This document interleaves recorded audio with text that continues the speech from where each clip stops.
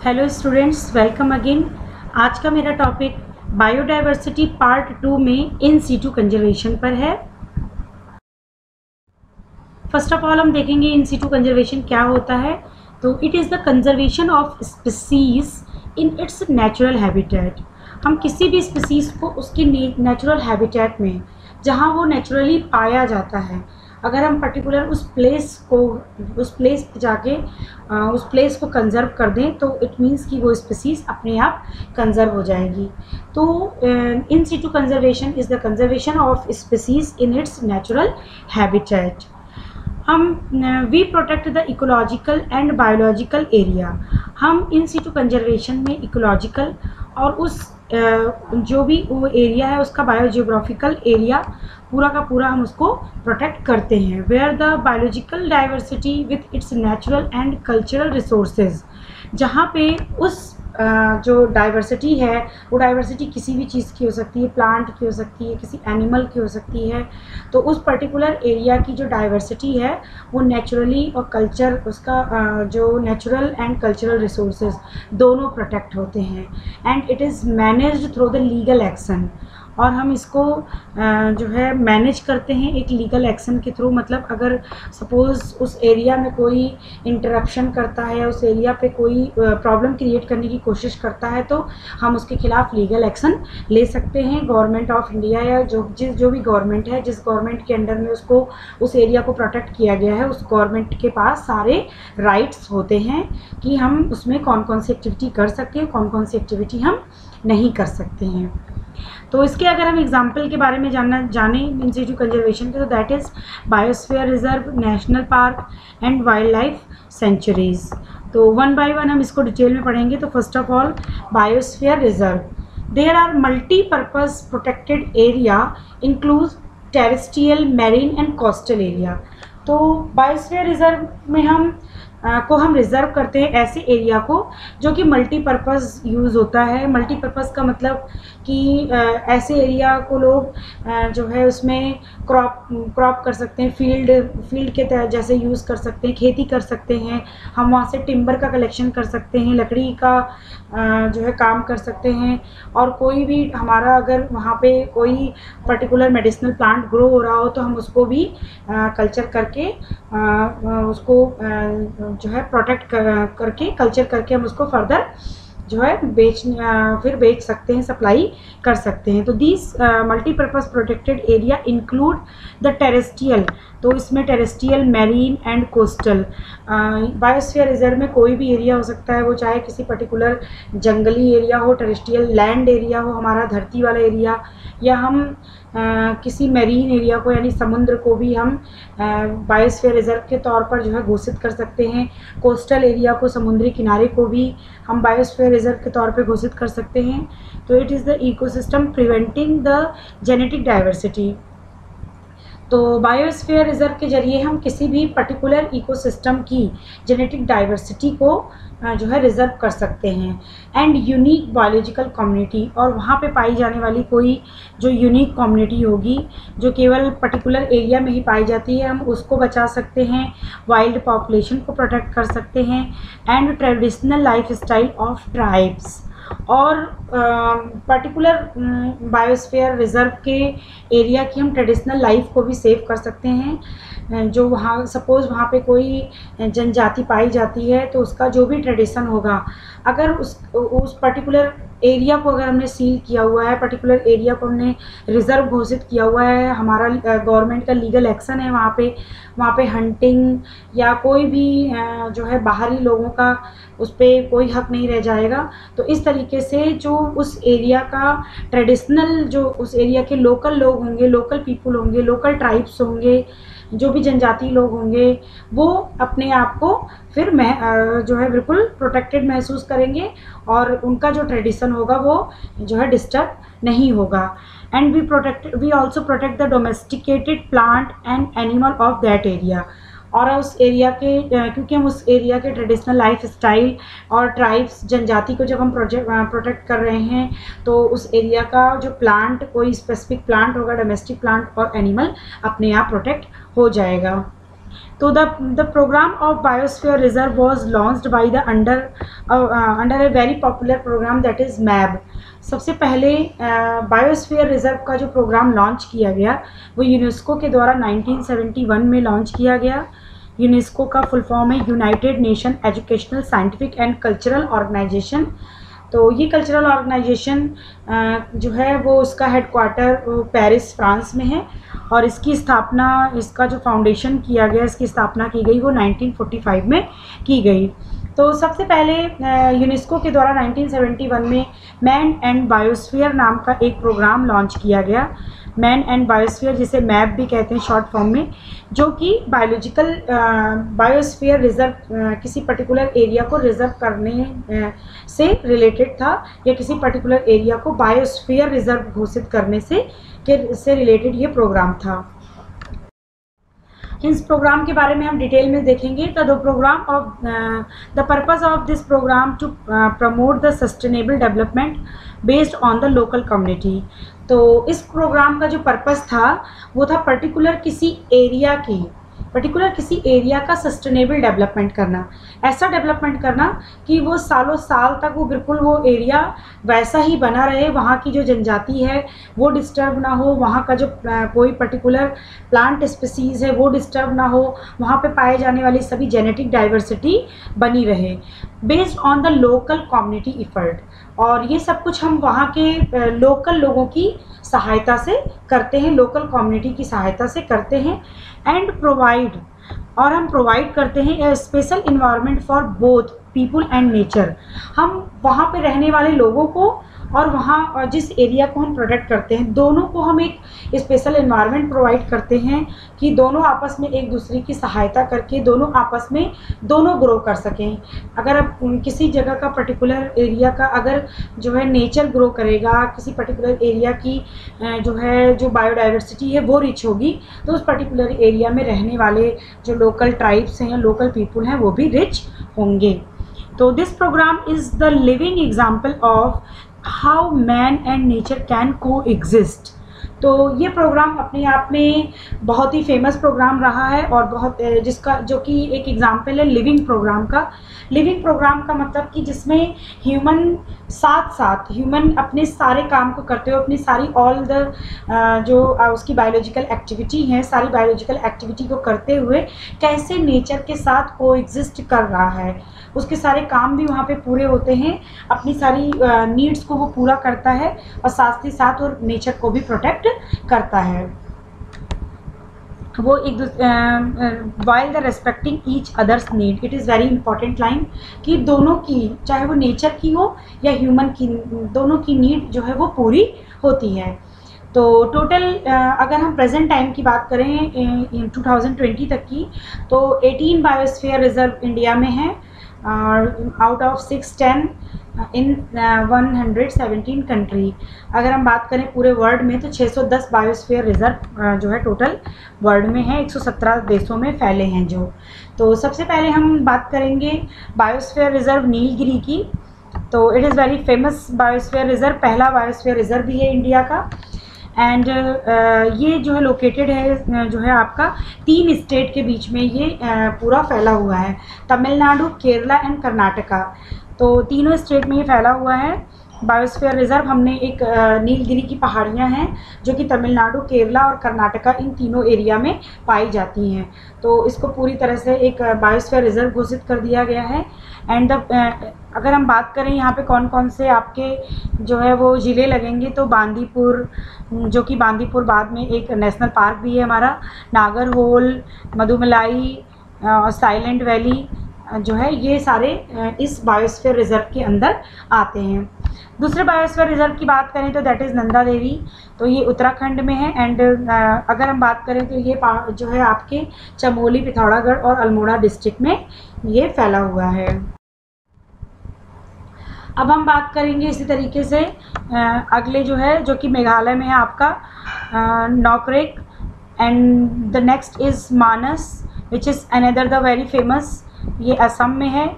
उसके बाद आपका है कंचनजंगा जो कि कल्चरल एंड नेचुरल कहा जाता है कि कंचनजंगा नेचुरल आपका बायोस्फीयर रिजर्व है और ये सिक्किम में पाया जाता है, सिक्किम में है ये हमारे देश में। And next is Gulf of Mannar, ये तमिलनाडु में है। और Indian part of Gulf and Mannar between the India and Sri Lanka. तो ये आपका जो गुल्फ ऑफ मन्नार है, ये बायोस्फीयर रिजर्व है, ये आपका जो है वो इंडिया और श्रीलंका के बीच में जो है इंडियन पार्ट वाले हिस्से में है, जो इंडिया के कब्जे में है गुल्फ एंड मन्नार का, उसमें ये जो है सिचुएटेड है। नेक्स्ट हम बात करें सुंदरवन की, तो it is very important, West Bengal में पाया जाता है। हम सभी लोग जानते हैं कि विश्व में, पूरे वर्ल्ड में जो सबसे बड़ा डेल्टा है वो सुंदरवन का डेल्टा है, जो कि वेस्ट बंगाल में पाया जाता है। और यहाँ पे मैनग्रोव की बहुत ही सारी वैरायटी जो है वो पाई जाती है। अगला हम बात करेंगे तो वो है पंचमढ़ी की, ये मध्य प्रदेश में पाया जाता है। पार्ट्स ऑफ बैतूल, होशंगाबाद और छिंदवाड़ा जो है डिस्ट्रिक्ट में फैला हुआ है। ये बहुत सारे जो है एग्ज़ाम में ये सारी चीज़ें पूछ ली जाती हैं। और अगर आप बीएससी के नोट्स बना रहे हैं तो जस्ट आप लर्न करने के लिए और अपने फर्दर एग्ज़ाम पर्पज़ में आप इसको याद कर सकते हैं। अब अगला बात करें ग्रेट निकोबार की, तो ये southern most island of the Andaman and Nicobar. ये एक अंडमान निकोबार हमारा आइलैंड होता है। आइलैंड का मतलब ऐसा लैंड जो चारों तरफ पानी से घिरा रहे, चारों तरफ उसके वाटर पाया जाए, ऐसे लैंड को हम लोग आइलैंड बोलते हैं। तो ग्रेट निकोबार हमारा अंडमान निकोबार का एक बायोस्फीयर रिजर्व है। नेक्स्ट हम बात करेंगे बायोस्फीयर रिजर्व की, दैट इज़ सिमलीपाल, जो कि बहुत फेमस रहा है इन दिनों।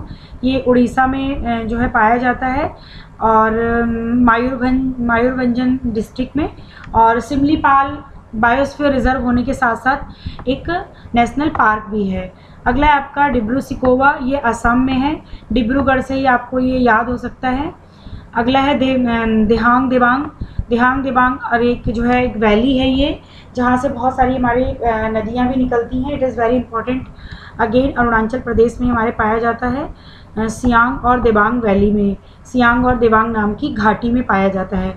घाटी हम लोग कहते हैं जो आपका इस तरीके का एक माउंटेन एरिया होता है, जो कि ऐसा प्लेस, सपोज़ ये बीच में कोई प्लेस है, अगर हम इसको वैली कब बोलेंगे, जब वो चारों तरफ से पहाड़ियों से कोई एरिया घिरा हो।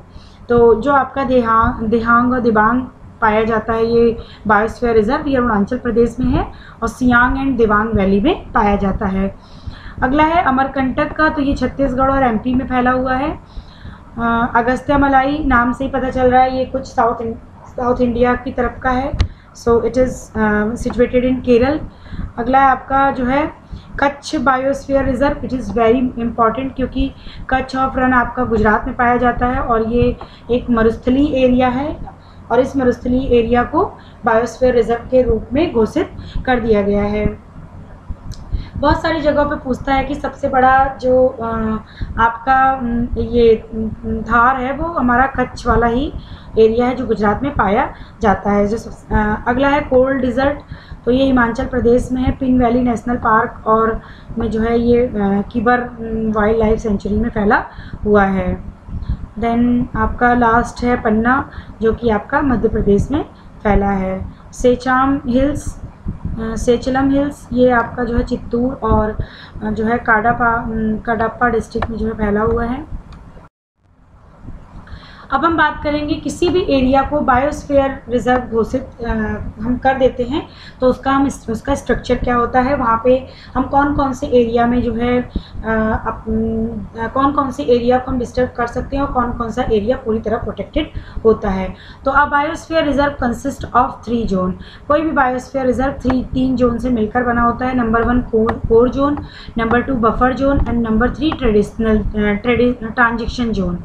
तो सबसे पहले हम कोर जोन की बात करेंगे। It is natural zone, it is totally undisturbed. तो नेचुरल जोन के बारे में बिल्कुल बच्चों की बात याद रखिएगा। It is totally undisturbed and legally protected. ये पूरी तरह से अनडिस्टर्ब होता है और लीगली प्रोटेक्टेड होता है। अगर हम यहाँ पे कोई भी हम उसको वहाँ से एक पत्ता भी अगर हिलाना चाहेंगे, हम उसको डिस्टर्ब करना चाहेंगे, कोई मेडिसिनल प्लांट सपोज वहाँ ग्रो कर रहा है और उसको हम यूज़ करना चाहें तो हम उसे यूज़ नहीं कर सकते किसी भी पर्पज़ से, वो चाहे आपका रिसर्च पर्पज़ हो या किसी पर्पज़ के लिए हम कोर जोन को डिस्टर्ब नहीं कर सकते हैं। And not allow the human activity. Next है हमारा बफर जोन।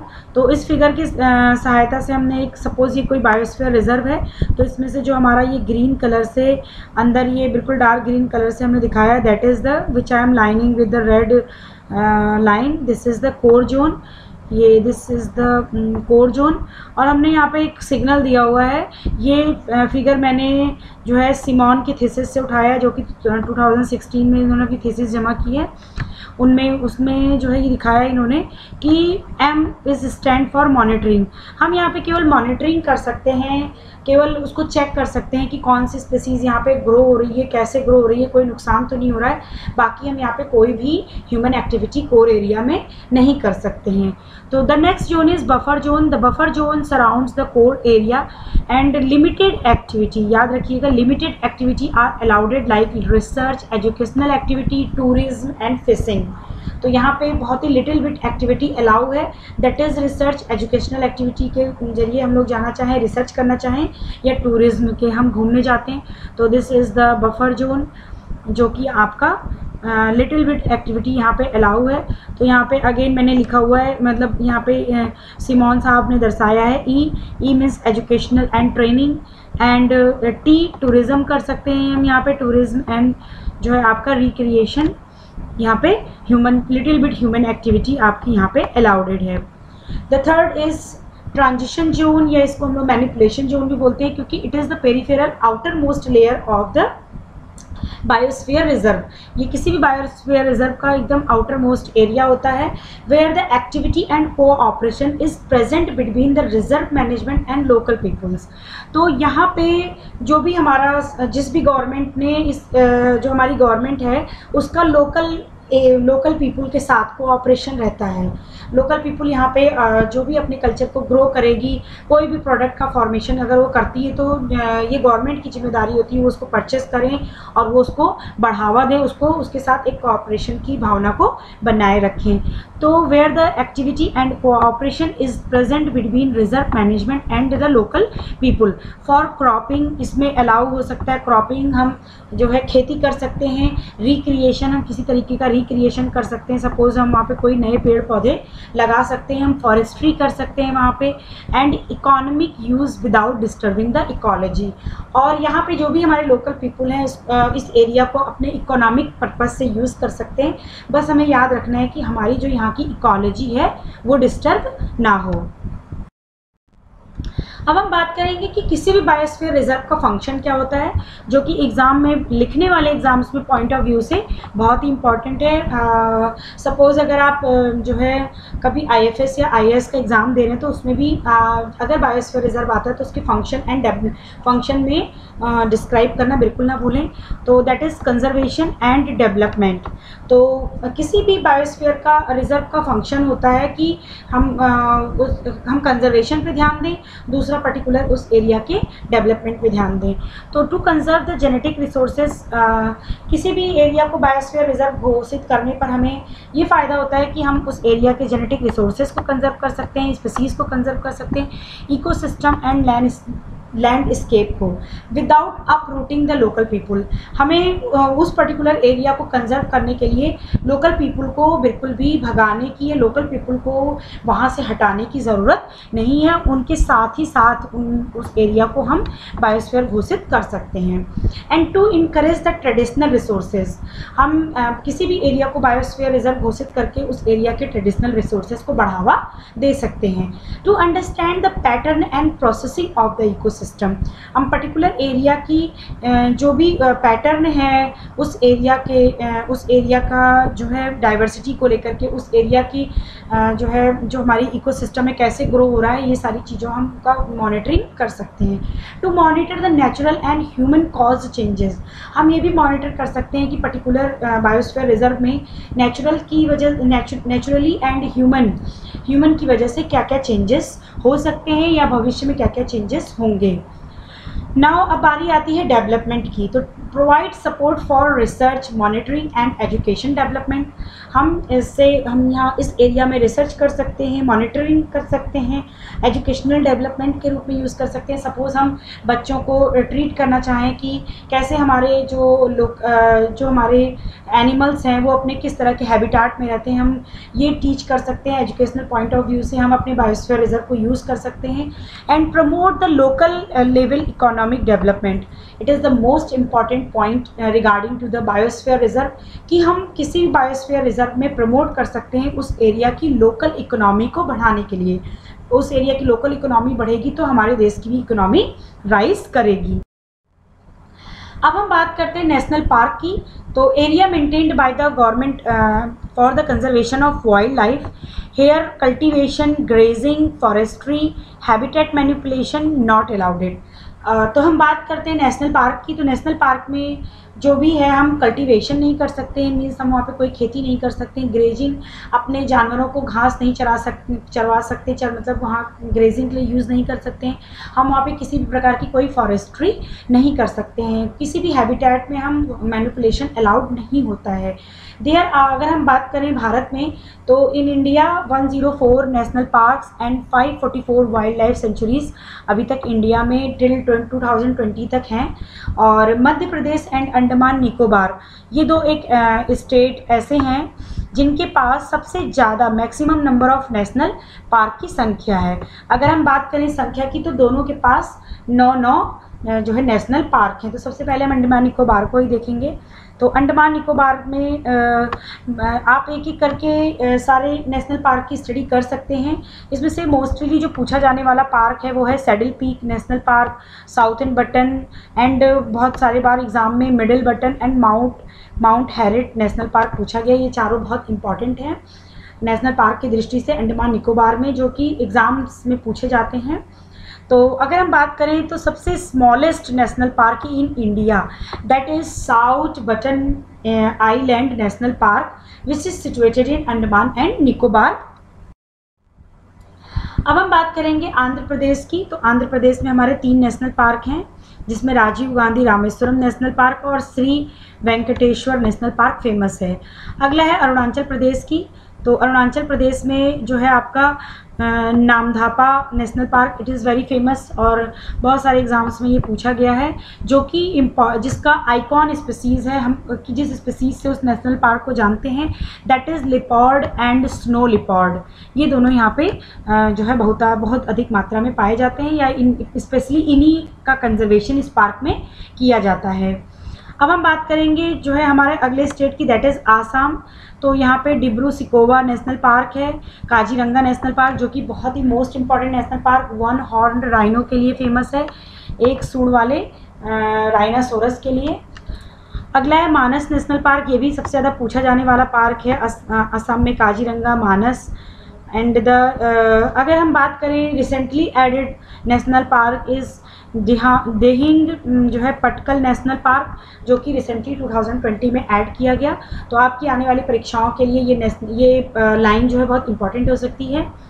अब हम बात करेंगे बिहार की। तो वाल्मीकि एंड गुरु, इसमें जो सबसे ज़्यादा पूछा जाने वाला है that is number 2 which is a tiger reserve, that is Guru Ghasidas Sanjay national park. इसके बारे में बहुत ज़्यादा बार पूछा गया है। अब हम बात करेंगे नेक्स्ट स्टेट की, दैट इज़ छत्तीसगढ़। तो इंद्रावती और जो है कुट्रू नेशनल पार्क, ये कई बार पूछा है। उसके बाद हम बात करेंगे गोवा में एक सिंगल नेशनल पार्क है, that is Mollem national park.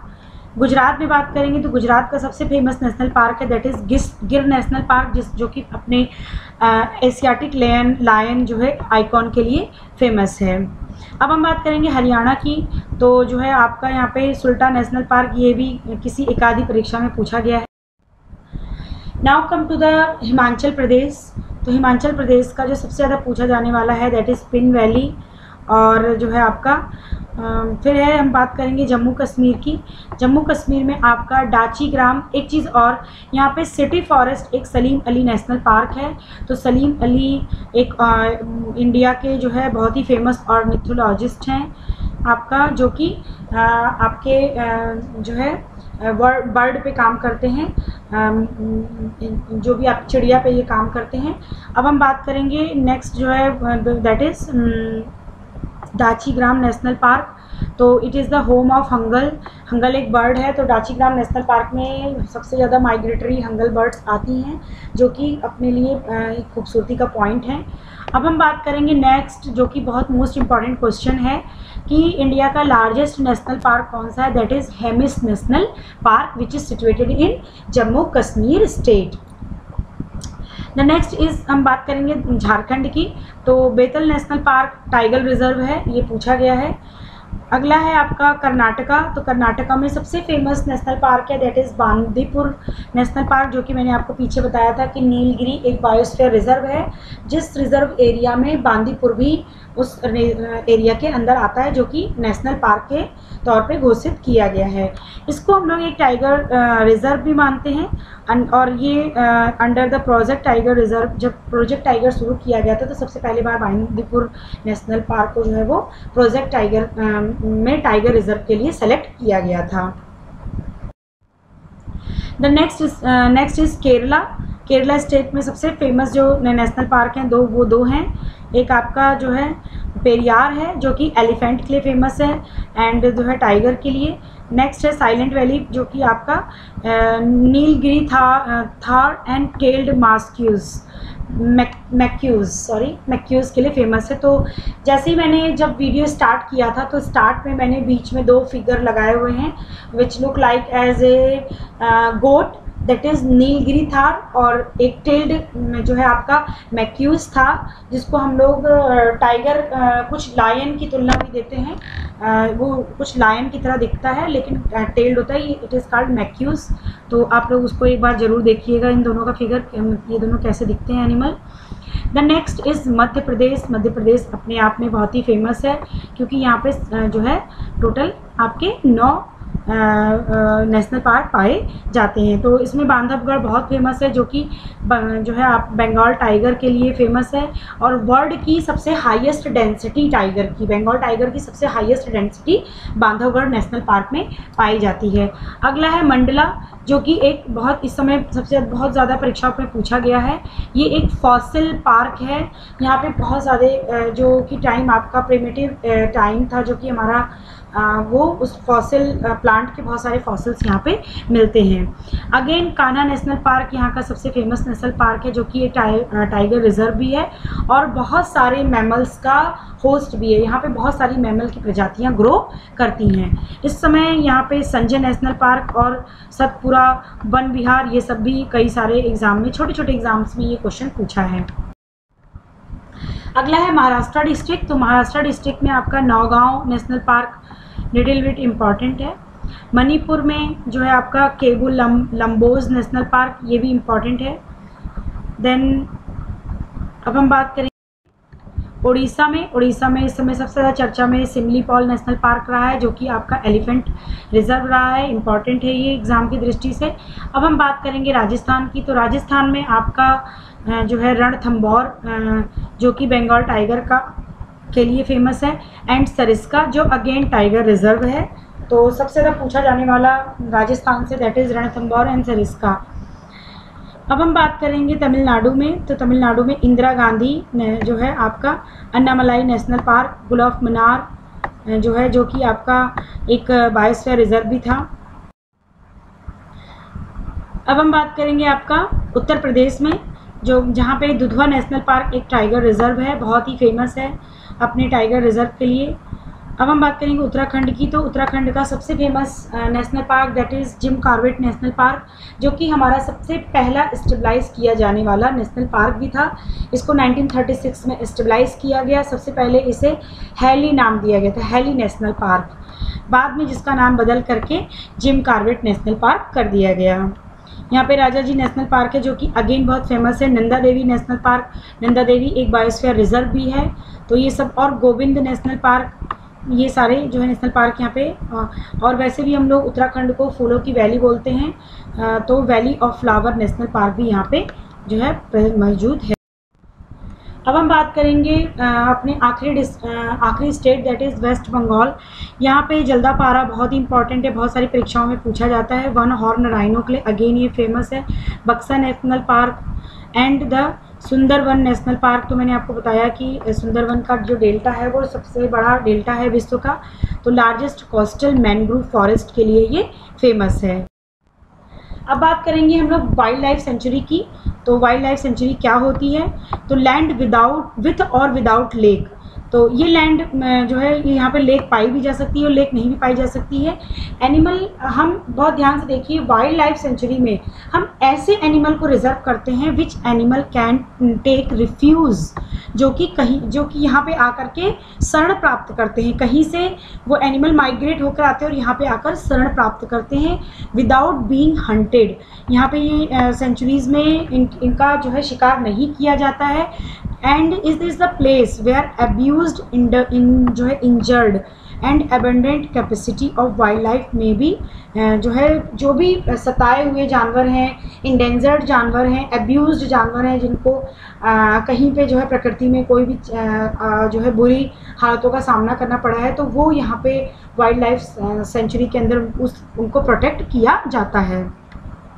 Activity like the collection of forest product, जैसे लकड़ियाँ बिनना, harvesting of timber and private ownership of land are allowed in sanctuary. अगर हम बात करें तो 544 जो है इस समय टिल डेट तक इंडिया में वाइल्ड लाइफ सेंचुरी हैं। एंड लास्ट हम बात करेंगे स्केयर्ड फॉरेस्ट की। तो प्रीवियस वीडियो में भी मैंने आपको बताया था कि स्केयर्ड फॉरेस्ट एंड लेक, ये इसमें कोई आपका लीगल एक्शन हम नहीं ले सकते हैं। ये पूरी तरह से आपकी आस्था पे, ये एक ऐसा प्लेस होता है which is arounded the place of worship, जो किसी भी जगह में, मंदिर या मस्जिद, कोई भी जगह हो, उसके जो है किसी भी वर्शिप प्लेस के चारों तरफ का एरिया जो है आपका स्केयर्ड फॉरेस्ट घोषित कर दिया जाता है, या स्केयर्ड जो है लेक या स्केयर्ड प्लेस घोषित कर दिया जाता है, due to the faith in the old rituals and high esteemed by the tribals. क्योंकि हम अपने जो भी हमारे ओल्ड रिचुअल्स हैं, वो चाहे जनजातियों के द्वारा चाहे हम लोगों के द्वारा, हम लोग उसको फॉलो करते हैं।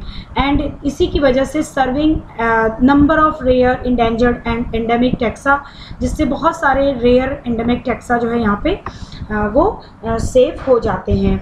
बट हम अगेन बात करेंगे कि हम यहाँ पे गवर्नमेंट कोई भी लीगल एक्शन नहीं ले सकती अगर इस एरिया को कोई भी नुकसान पहुँचाना चाहे।